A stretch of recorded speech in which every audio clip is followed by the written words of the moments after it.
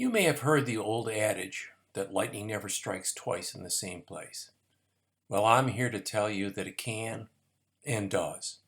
Here's my story. I grew up in Webster, New York. Webster is a suburb of Rochester on the shore of Lake Ontario. And when I was a teenager, it was a quiet little hamlet and probably one of the least interesting places on the planet. I was desperate to get away and see more of the world, but I had no money or transportation, so I was stuck. What to do? The answer appeared one day when I was visiting my best friend Corey. His parents had just given him a brand new Helicrafter shortwave radio. It was a beauty and had all kinds of fancy dials and knobs and frequency charts. Best of all, he could listen to broadcasts from all around the world, or so it seemed. I really wanted a Helicrafter for myself so I could tune in as well.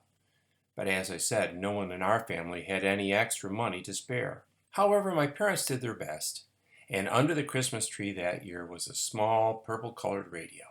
It was a Philco, a pioneer company in the radio business. It certainly didn't look like much of a shortwave radio to me, until my dad showed me a small switch in the back that, when activated, extended the FM frequency into a low-range shortwave band.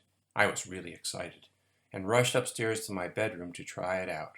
Alas, the results were disappointing. I could get KDKA, a station in Pittsburgh, a CBC station in Toronto where I learned about Bob and Ray, who were a famous radio duo in the 1950s, a taxi dispatcher somewhere in the ether, and a little garbled Morse code. I was in despair. But then one day at Corey's, while he was listening to the Moscow Evening News in English, I noticed that he was making some adjustments to his set. "What are you doing?" I asked. "Oh," he said, "I'm just adjusting my antenna so I can get better results." Eureka! An antenna, I thought. That'll do it. So I ran home, and in the basement I found this huge roll of thin copper wire. It was left over from some do-it-yourself project that never quite worked out. I grabbed the wire, took it up to my bedroom, turned the radio around, and on the back there was a small connection labeled SW antenna. I hooked the wire into the clip, ran it under my bed, across my bedroom floor, out the window, over the garage roof, and up into the attic. Once I was in the attic, I wrapped the wire around and around the eaves. There must have been hundreds and hundreds of feet of bare copper wire hanging there. I went back downstairs and tried my new antenna. I was so excited. What would I hear? What new and exotic locations would I discover? Well, you guessed it. The antenna didn't really do much at all. The CBC now sounded like it was in my backyard, and the taxi dispatcher was still on the air, and I could now hear preachers haranguing unknown audiences about the evils of drink, etc. That was about it. However, the antenna worked remarkably well in another way. It attracted lightning like crazy. All spring and summer long, lightning hit our house with an intensity that's hard to describe. On one occasion, it fried the TV set in the living room.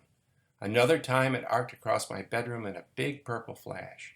You could smell the ozone, and my hair stood on end. And talk about thunder! The house shook with every blast, and nearly scared our dog to death. Unfortunately, neither the lightning nor the thunder improved my radio reception. So, that fall, I reluctantly disconnected the antenna, and lo and behold, the lightning looked elsewhere. Now, you would have thought that someone in our household would have realized that installing nearly 400 feet of copper wire in your attic wasn't a very smart idea when it came to attracting lightning. But it wasn't until years later, when I had moved to Toronto and had a real shortwave radio of my own, that I bothered to read the instructions. If an external antenna is installed, disconnect in the event of a thunderstorm. Failure to do so may result in permanent damage to your radio or other appliances. Duh.